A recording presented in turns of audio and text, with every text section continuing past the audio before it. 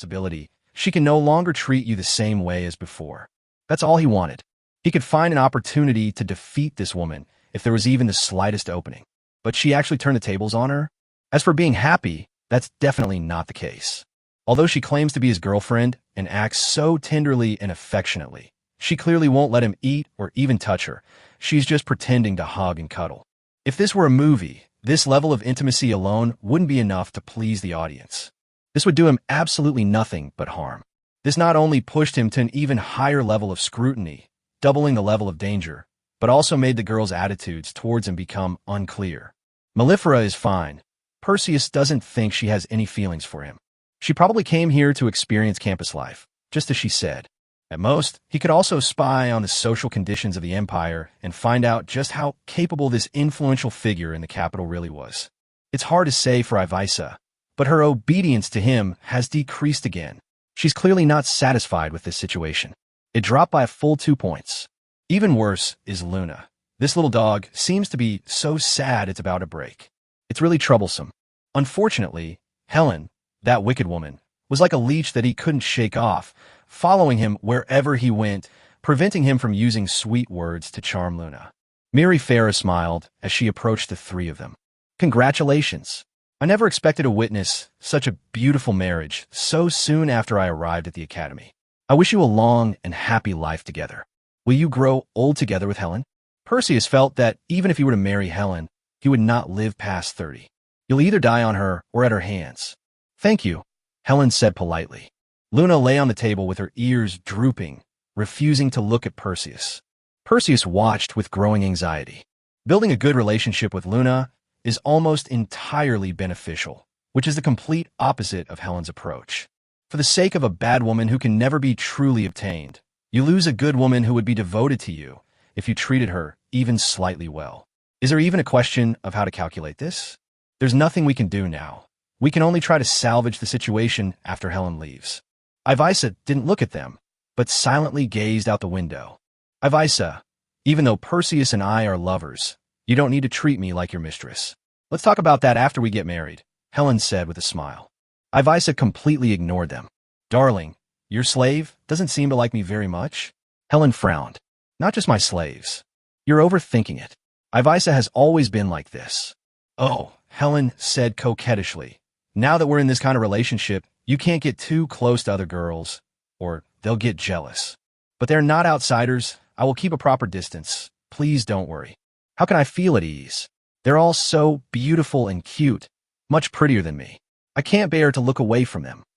Mellifera and Ivaisa both looked at Perseus, while Helen also gazed at him with expectant eyes.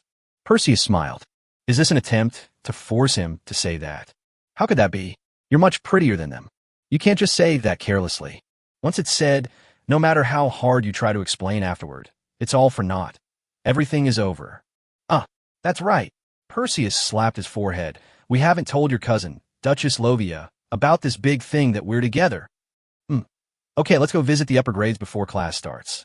Perhaps he was truly fooled by Perseus, or perhaps Helen was kind enough to let him go. The previous topic ended there.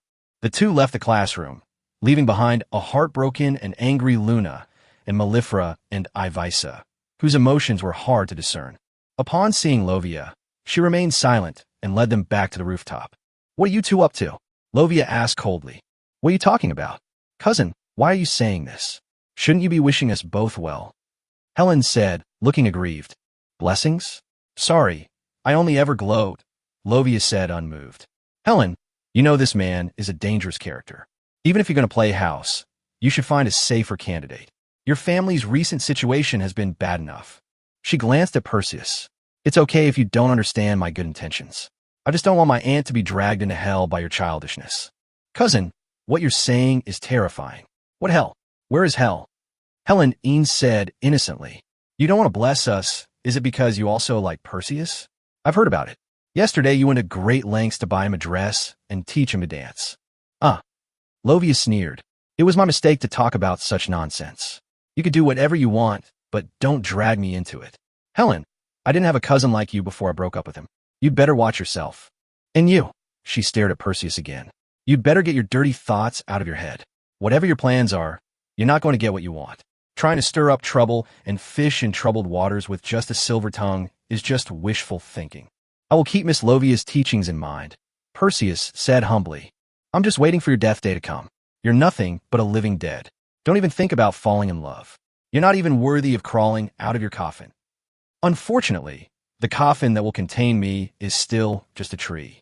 Would you like me to send you a pear tomorrow? Please allow me to decline, Perseus said neither humbly nor arrogantly. Even if I am just a living dead, it is not your place to bury me. Is that so? Then I hope you don't die by my hand someday. Lovia snorted and turned to leave. She really hasn't changed her bad temper at all. I wonder what kind of man she'll end up with, Helen said softly. Perseus smiled without saying a word. How about skipping the rest of your classes today? Come home with me to meet my mother. Helen blinked. Isn't this a bad idea? Perseus hesitated. Or are you in a hurry to get rid of me and go appease your little bitch? My dear Miss Luna, it's a wolf, Perseus corrected gently. But I insist on saying it's a dog. Helen smiled. Do as you please, as long as you don't say it in front of her father, Perseus smiled. That's really valuable advice. I'll take it into consideration. It's best not to. As it turned out, they actually skipped class and left the campus without anyone stopping them. A day later, Perseus returned to the Lamanter family mansion, posing as the Duchess's boyfriend. But if he could choose, Perseus would prefer to be her father. Chapter 24, True or False? Helene, why are you back so soon and holding this person's hand? Wearing only a nightgown and a coat, Lady Lamanthal looked tired and seemed unconcerned about her Duchess's daughter's intimate behavior with another man. Greetings, madam.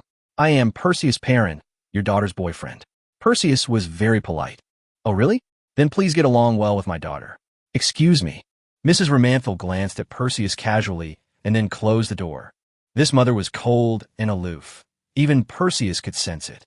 It seems that even if her daughter had just gotten a boyfriend, or even if her daughter died in an accident, she would only say, I'm so sad, without any emotion, and then close the door and go back to bed. Perseus silently watched Helen, whose face wore a perfect smile, but he also caught a hint of loneliness in her eyes. Why are you looking at me like that? Now that you've met my mother, let's go back to our room. Helen smiled at him. Good. He was indeed taken to Helen's room, which was breathtakingly large, especially the huge bed and the countless toys of all sizes on it. How embarrassing. These are all toys for little girls, right? Helen shook her head. I should have come back earlier and put them all away. It's okay. Even adults have a childlike heart. I also like cute dolls. Perseus said honestly. I'll reward you for what you said. She pounced on the bed and rolled around a few times, then pulled off her hair tie to let her long, smooth purple hair fall loosely. She then sat smiling at the foot of the bed, took off one boot, and revealed her small, white stocking foot that might have been a little sweaty. She crossed her legs and kept swinging them, her smile alluring. You're the first man I've brought into this room. So what do you think? I am honored. Just an honor? She lifted her foot, her toes twitching as if extending an invitation. Perseus swallowed hard and lowered his eyes. Don't you understand? My legs are sore from walking. Rub them for me, she said casually. Perseus walked up to her with a serious expression, squatted down in front of her, and held the incredibly small but perfectly shaped and felt foot in his hands. This was the first time he had the opportunity to do such a great job. Unfortunately, his lack of experience made it difficult to control the force, and he dared not use too much force, but he was still able to satisfy Helene somewhat. While she was massaging him, her little feet were moving around restlessly, and once she almost kicked Perseus in the face. It's a pity. It's so itchy. Are you tickling me on purpose? Helene pretended to be angry. You mean that? Ha. It's so itchy. I'm so ticklish. I'm not going to press anymore. Helene lay on the bed, laughing so hard she could hardly breathe. Although reluctant, Perseus dared not go against her wishes. She'll press the button if she tells her to, and won't press it if she doesn't, never acting on her own initiative, lest she end up losing more than she gains. As soon as he let go of that foot, another foot, boot, came right in front of him. Changed to the other one. Helen looked down at him. Her eyes had a hint of provocation. This wasn't having any of it. He took off her boots and continued massaging her foot. Helen lay down again, closing her eyes to enjoy the moment. You and your mother don't seem to have a good relationship? Perseus asked casually. No sooner had she finished speaking than Helen moved her foot and actually kicked him in the face. It felt strange, but it really hurt. Perseus rubbed his bleeding nose and looked at Helen in horror. But Helen looked even more terrified than him. Oh dear, I'm so sorry. It was really an accident. Hurry up and wipe it off. Your nose is bleeding. She took out a handkerchief and, without Perseus having to do it himself, jumped off the bed and went to him to wipe his nose. He initially thought she would use this opportunity to hurt him, but Perseus was surprised to find that she really was just wiping his nosebleed, her movements as gentle as could be, accompanied by her fragrance. Perseus felt a little uncomfortable, enduring the torment until she stopped. Helen smiled, but before he could even become captivated by her adorable smile, her expression instantly changed. She slammed her forehead against his, knocking him to the ground. Then she sat heavily on Perseus, almost pressing his breakfast down with her. How dare you ask me this question? Helen looked down at him with a cold smile. Does it matter to you how my relationship with my mother is? You're just my boyfriend, not my husband. Even if you were my husband, you wouldn't be worthy to ask me this. It was clear that Perseus had touched a taboo, although it was an expected result. I just care about you. What do you care about me? It's only the first day of our relationship. Don't get too cocky. You're just pretending to like me. I'm not stupid. How could I not see through it? I only said I was dating you to tease you. And you actually took it seriously? That's hilarious. I thought we were really together. What do you think? Helen grabbed his neck, her eyes icy cold. Stop talking like that, with that sentimental look on your face. I brought you back to the room because I was curious about what the so-called forbidden fruit tasted like, and it was a good opportunity for you. But you just didn't know what was good for you and asked about things you shouldn't be asking about. But ignorance is no excuse. I'll give you one last chance. If you take it back now, we can continue what I wanted to do before. If my question made you very unhappy, I can apologize, but I don't want to take it back, Perseus said. No matter how you see me, I consider you my girlfriend, and as your boyfriend, I feel obligated to care about your relationship status. Have you ever had a girlfriend before? Helen sneered. No. Do you know why? Have no idea. Because you've been too nosy. Helen growled. I'm not just annoyed by asking you that question. I want to kill you. I only brought you to see her to go through the motions and get you into character. But you actually got into character. You damn bastard. Why don't you calm down a bit before you talk? Perseus suddenly exerted force, breaking free from her hold, and then hugged her tightly. Helen paused for a moment, then struggled desperately, furious. Let go.